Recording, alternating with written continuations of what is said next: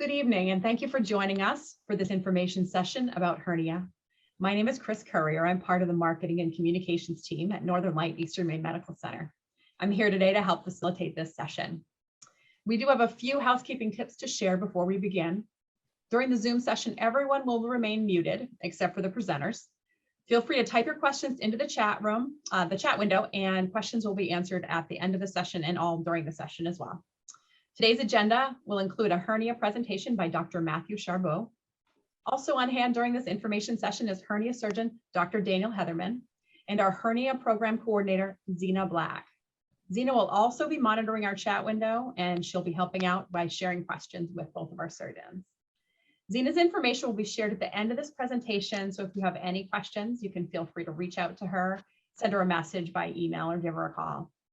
Also, at the end of this session, we ask that you fill out a survey that helps us to know how we did and what we could do better, and we really do appreciate your feedback. So now here to introduce our surgical team is our hernia program coordinator, Zena. Hi, thank you, Chris. I just want to thank all of you for joining us this evening, and I have the honor of introducing both of the surgeons that will be with us this evening. First is Dr. Daniel Hetherman. He received his medical degree at the University of Massachusetts Medical School. He completed his internship and residency in general surgery at the University of Medical School Department of Surgery. He provides comprehensive evaluation and management of gastroesophageal reflux disease, GERD, hiatal hernias, gallbladders, hernias, and general surgery. He works with the patients to create an individual plan of care, and he specializes in minimally invasive and laparoscopic surgery, robotic surgery, hernia and gallbladder disease, and anti-reflux surgery. Presenting tonight is Dr. Matthew Sharbaugh, as mentioned earlier.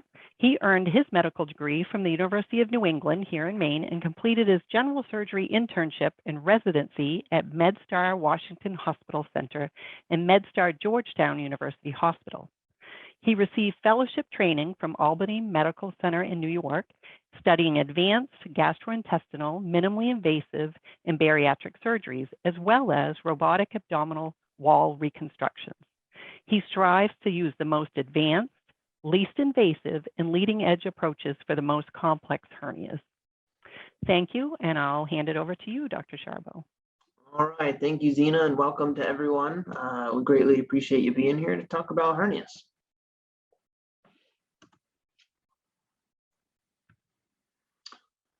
Thank you for joining us. The information tonight presented is designed to be general informational nature. And Northern Light Health does not know the particulars of every patient situation that's listening tonight. The information presented is not intended to be medical advice and should not be utilized as such. Accordingly, all individuals must follow up with their own healthcare provider for an individual consultation to determine appropriate treatment. With that said, let's get started about talking about hernias. First and foremost, what exactly is a hernia? Well, a hernia is when any tissue from inside a space bulges out, and most commonly we see those on the abdominal wall.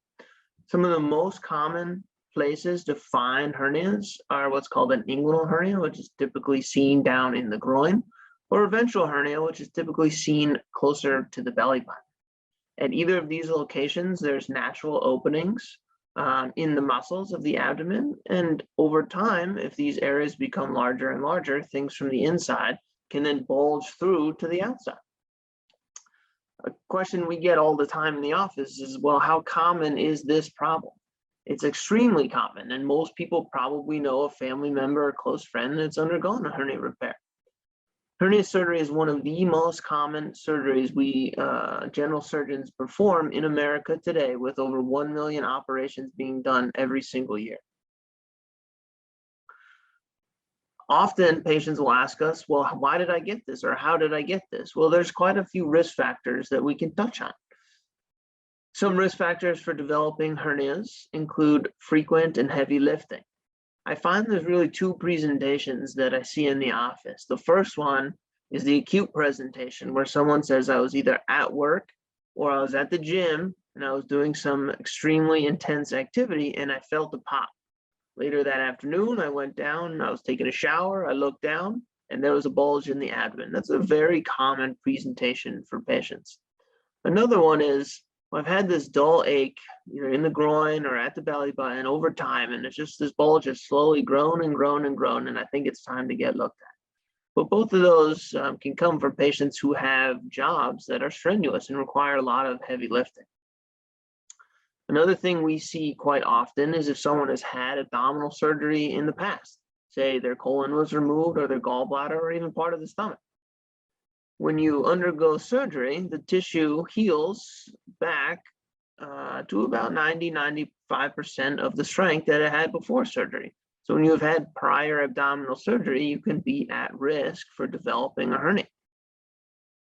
We know patients whose weight is higher can put some stress and strain on the abdominal wall. And as the weight increases, there's more pressure inside the abdomen.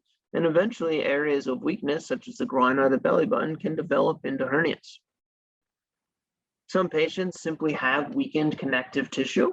And sometimes we see this run in families where some patients will tell us their father had a hernia and their grandfather had a hernia. And lastly, another risk factor is smoking. Smoking can lead to some decreased blood flow and some weaker tissue, but some of the repetitive coughing nature surrounding hernia or surrounding smoking can lead to increased pressure. When you cough, there's more pressure in the belly, and that can lead to hernias over time. Well, how do these patients present, or what do patients tell us when they come into the office? Some of the most common symptoms that suggest you may have a hernia are, like I said, there can be a bulge, there can be an area of weakness, or there can be an area of pain. Typically, patients will find the bulge, see their primary care provider, and they'll be referred to the hernia team. Well, how do we make the diagnosis? First and foremost, we quite often will use simply a physical exam.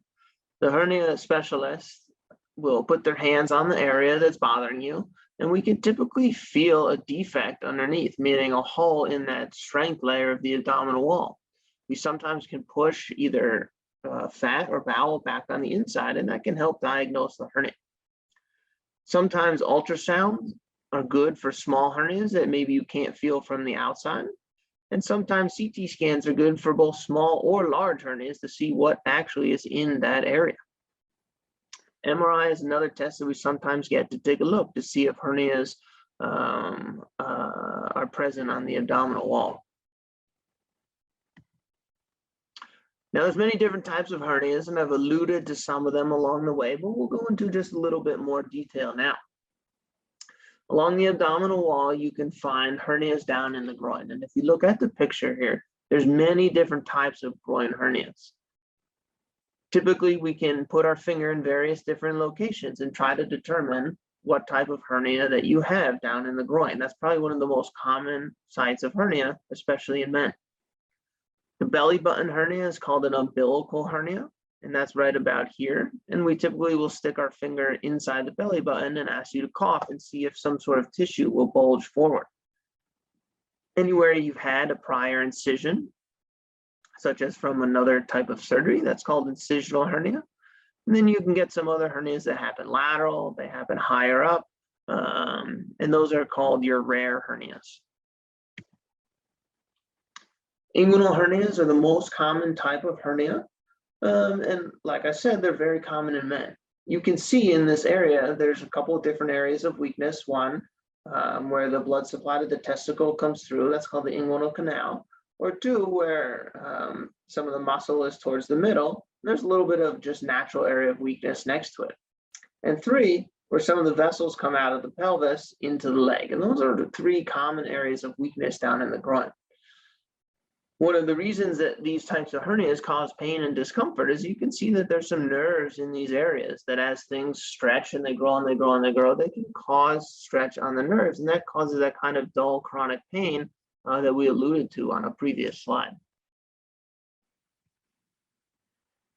The umbilical hernia is typically seen at the belly button where we were all attached to our mother. There used to be some blood supply going through there. So it's a natural area of weakness. And then ventral hernia just means any hernia that's between your rectus muscle, which is the six-pack muscle down the midline. And lastly, there's that incisional hernia, where this is actually a nice picture where you can see a previous incision. and there's some bulging or some weakness in that area because that tissue never truly heals back to 100%, and that allows stuff from the inside to bulge out to the outside.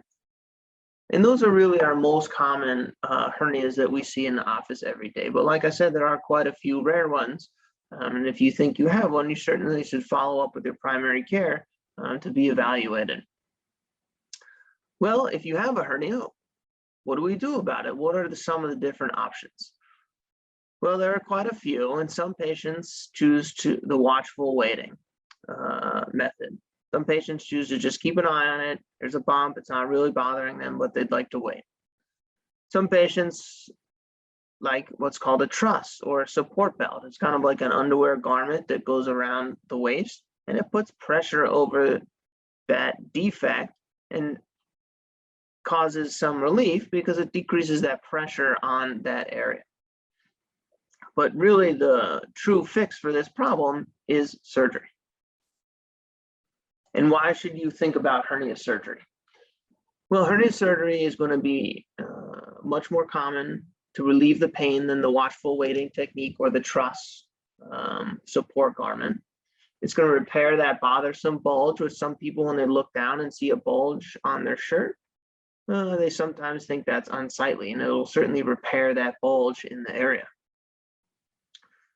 And lastly, by repairing the hernia, you can prevent some of the long-term complications, such as intestines getting stuck and causing bowel injury in that hernia itself. And this is a picture of what that is. And in this particular side angle, when there's a hole, stuff from the inside can bulge out. Usually it's small at the beginning, and it usually contains fat. But over time, as they grow and they grow and they grow, they continue to increase in size, and eventually some intestines may pop out into that hernia. If that happens and the intestine gets twisted, you can see that its blood supply can get compromised. And even though this is rare, this is something we always talk about with every patient that comes in, and that's called strangulation of the intestine. If that happens, it's a surgical emergency to remove some piece of intestine. Well, what do we do in hernia surgery, and what is hernia surgery? The 101 of hernia surgery is basically we find the hole, we remove any tissue that's bulging from the inside to the outside, we tuck it back in, and we sew the hole shut. And that's what's being seen in this picture right here. We take the abdominal contents that's coming out, causing pressure on the muscles and the nerves and stretching everything out, and we put it back on the inside and we close up that weakness in the tissue. Typically, that surgery can be done in a couple of ways. The first is a traditional open surgery where an incision is made overlying the top of that hernia. The surgeon then goes down, finds the hole, tucks everything back in, and closes it up on its way out. Typically, that incision is about 6 to 8 inches in size, depending on the size of the hernia. There's another way to do those sorts of things, and they're called minimally invasive surgery. In that particular approach to hernia surgery, usually the incisions are about 5 to 8 millimeters. Usually I show people in the office they're about the size of your tiny fingernail. Put a few small holes on the abdomen, and you're able to do the same amount of work through smaller incisions. This is a picture traditionally of what open hernia surgery would look like. And that red line around the belly button is estimating what typical open hernia surgeries look like. These 3 incisions, which are usually much smaller, are typically what minimally invasive surgery incisions would look like at the time of surgery. If you get hernia surgery, what can you expect around the time of recovery? Well, recovery varies by every single patient, but by undergoing one of those less invasive techniques, such as robotic or laparoscopic surgery, we see patients have much less pain because the incisions are smaller. They're usually back on their feet much faster, and they're usually back to work in their daily activities in a very short period of time. By doing these surgeries through the small incisions, you can spend less time in the hospital, and the need for narcotic pain medication is significantly less after minimally invasive surgery. Well, often people will come to the office and we'll talk about doing a robotic hernia surgery, and they say, cool, what's robotics? Well, this is actually a picture of the robot. And the robotic surgery is where we place those small ports into the abdomen through those small incisions. And then we take these specialized arms and we connect them to the ports. The surgeon then controls the arm, and on the inside, you have a wristed motion. It's 720 degrees, similar to the human wrist. So you're able to do things on the inside with the precision of doing things through a traditional open surgery, but without the wound burden and with a much faster recovery. And that's what the robot looks like. So with any sort of hernia surgery, we know there's always going to be some risks. Anytime you undergo a hernia surgery and you're closing a hole, there's always a chance that it comes back, and that's called the recurrence of the hernia. When you put instruments on the inside and you have to reduce bowel or bring something back to the inside, there's always a chance of injuring the bowel or the other tissues in the abdomen.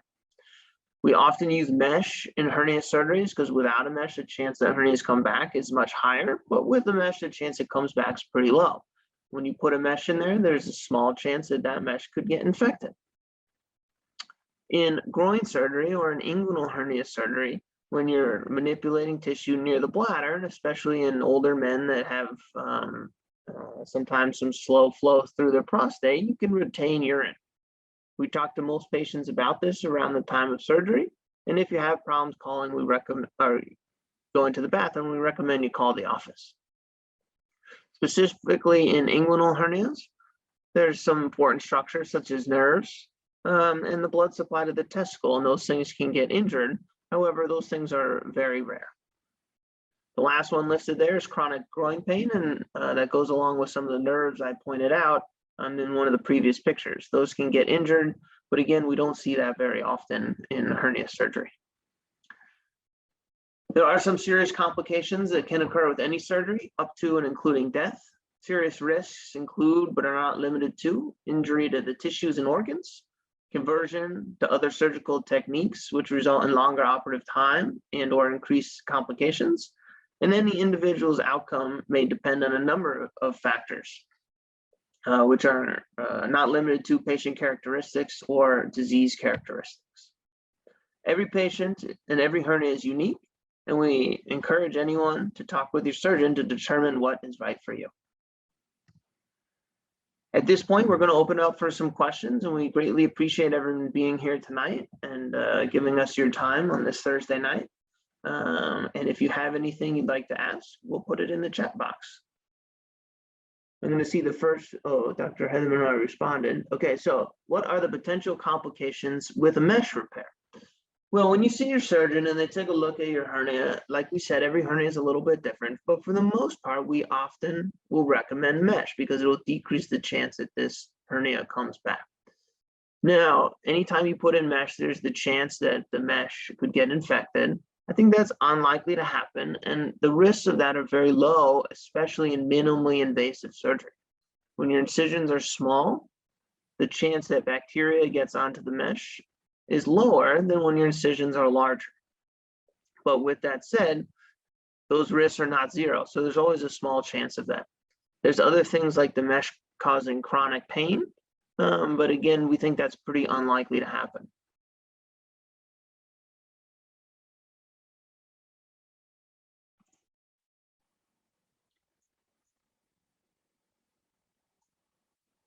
Just make my chat box slightly larger. Okay. Is the mesh something the patient can feel when bending over? I think that's pretty unlikely. After surgery, as the mesh is healing in, some people will say they feel a little bit of a twinge or a twang or a pulling sensation. And that's really the muscles that are healing over the first couple weeks after hernia surgery. I think long-term feeling of the mesh is very unlikely to happen.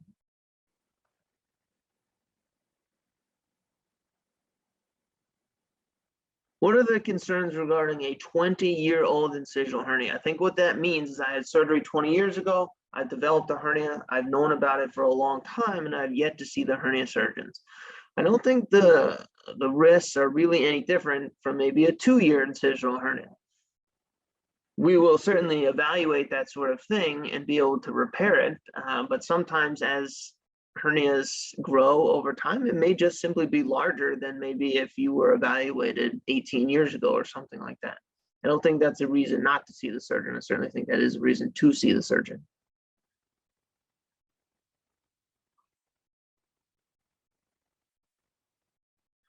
So there's a question here. I've read a lot about the no mesh repair method. Can you comment and why Northern Lights does not offer it? There's one particular group of surgeons who are in Canada that offer what's called a primary repair. You go back to that picture that I showed there of the groin hernia. They do it open, make an open incision. They lift up all the different layers and then they sew them all back down. And they have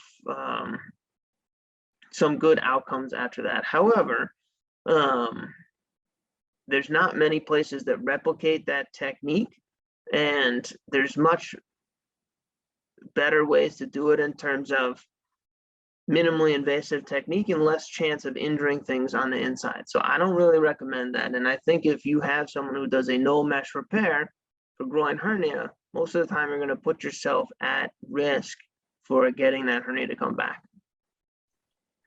The other thing I will add, sometimes with like very small hernias, like belly button hernias and stuff like that, they're oftentimes fixed without mesh if they're very small. So no mesh repair can be different depending on what the hernia is and its size and location.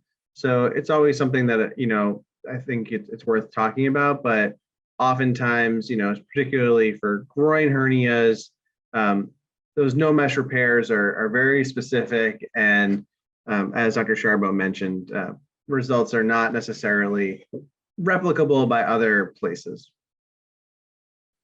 Thanks, Dr. Hetherman. That was Dr. Hetherman there. There's another question here. Does obesity restrict the possibility of surgery being performed? What scenario would make the surgery most possible? That's a good question that we certainly like to talk about in the office. There's some information out there that would suggest as weight goes up, the chance of the hernia being more of a problem or the repair being more of a problem goes up. But we're starting to see more and more that with minimally invasive surgery, those risk factors go down.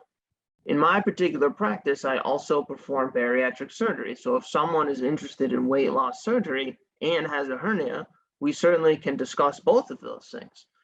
My preferred scenario is that if you're interested in both, we can do the weight loss surgery first. As the weight comes down, then we can repair the hernia about 6 months later.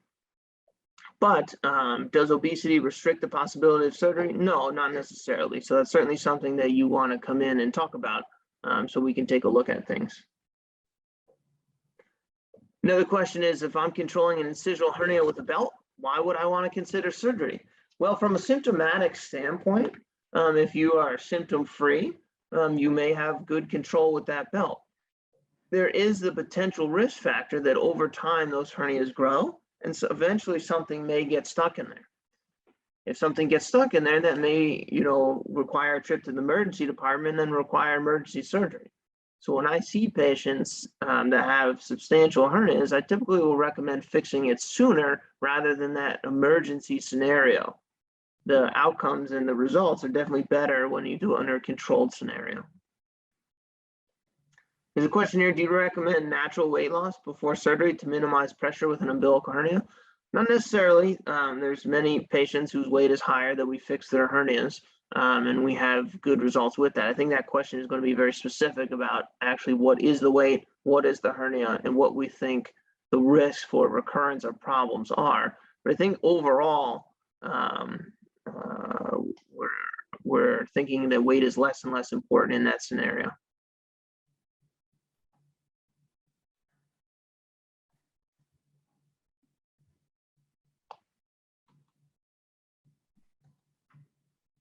These are fantastic questions. This is a great discussion. We appreciate everyone's participation.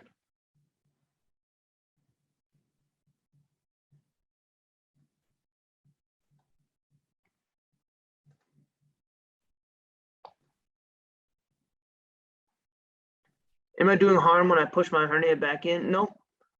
Typically in the office, Dr. Hetherman or I are going to put our hands on the hernia. We're going to take a feel of it, and likely we'll try to reduce it, which means push it back in. And that can help us kind of guide you along in what is the best management options for your hernia.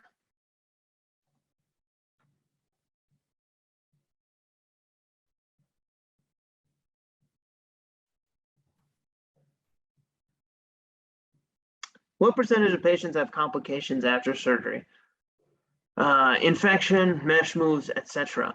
We repair quite a few hernias at Eastern Maine every year between Dr. Hetherman and myself, and the infection rate is probably in the single digits, close to 1%, and that's very low infection rate. Mesh moves, etc. I'm not sure exactly what you mean by this mesh moving, but I think the mesh moving itself chance is very low. But I think what you're maybe asking is what's the recurrence rate after that? And again, it's not zero, but we can get it as close to zero as possible. And I think between Dr. Hetherman and myself, the recurrence rate is very low after hernia surgery. I would just add, some of the complications and the complication rates are going to vary depending on the exact type of hernia, the exact location, and then like patient-specific factors like smoking and obesity and diabetes. So it's hard to give exact numbers because they do change a little bit depending on the individual person and the type of hernia. So I think it's hard to give exact answers without more personalized information from each person.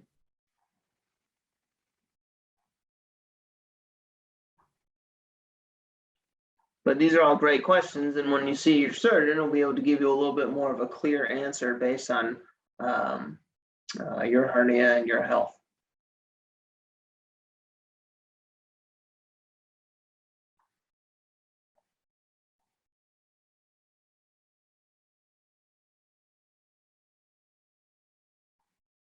The question here is about, is it possible that the 20-year-old incisional hernia is not repairable because of muscle retraction and possible atrophy? No, I don't think so. There's always going to be a few hernias that Dr. Hetherman and I see every year, and we just don't think it's the right thing to do based on the anatomy or the patient factors. However, with some of the advanced technique, there's a lot of different ways that we can pull these hernias together. And that's something you definitely want to be evaluated for to see if that's right for you. There's a question here about, does a mesh repair for an inguinal hernia surround the inguinal canal? What prevents the mesh from impinging on the vessels passing through the canal? What I think that means is there's a structure called the spermatic cord, and that's the tissue that actually goes down the inguinal canal. And in men, that is what the blood supply to the testicle is. And when we do this sort of surgery, oftentimes we get mesh very close and around that structure. It's very unlikely that that mesh would be too tight or anything like that, causing any impingement on the vessels. There's a lot of vessels, and the flow to the testicle is very rarely compromised from that sort of operation.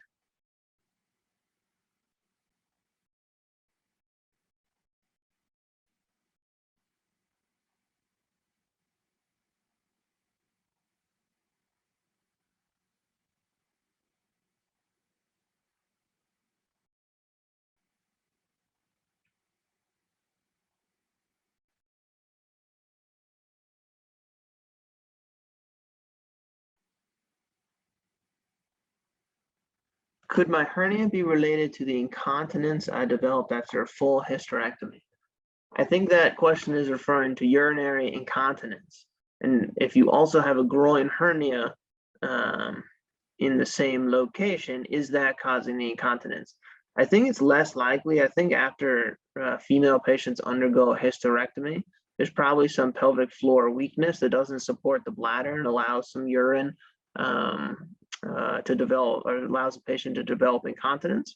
But I think that's kind of an individualized question, and we would want to look at any CT scans, any images, and to see, is the bladder maybe in the inguinal hernia? And those things can happen. And I won't say no, but I think you certainly want to be evaluated and take a look at that sort of thing. We see bladders down those inguinal canals all the time because the bladder sits right behind the pubic bone, and those inguinal canals come right down towards that pubic bone. Patients sometimes can have like urinary frequency and other things if the bladder is involved in hernias, or urinary urgency. So it just depends. Yeah, like Dr. Sharbaugh said, it's very individualized.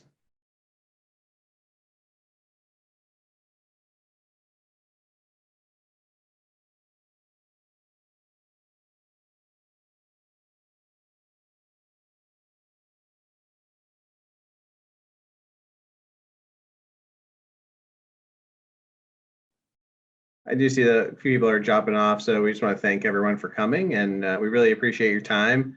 Hope we answered all your questions as best as we could with the information we had, and we're always happy to see anybody in the office, and it was a pleasure having you guys here, and thanks for sharing your time and your night with us. So thank you. Thanks so much. If you guys have any questions, please reach out to Zena. Did we have a slide that has her information on it, Dr. Sharbaugh? Yeah. There we go. Great. It's also on our website if you want to look for that there. So thank you for your time to our surgeons and to Zena, and we hope you all have a wonderful evening. Thanks for coming. Have a great day.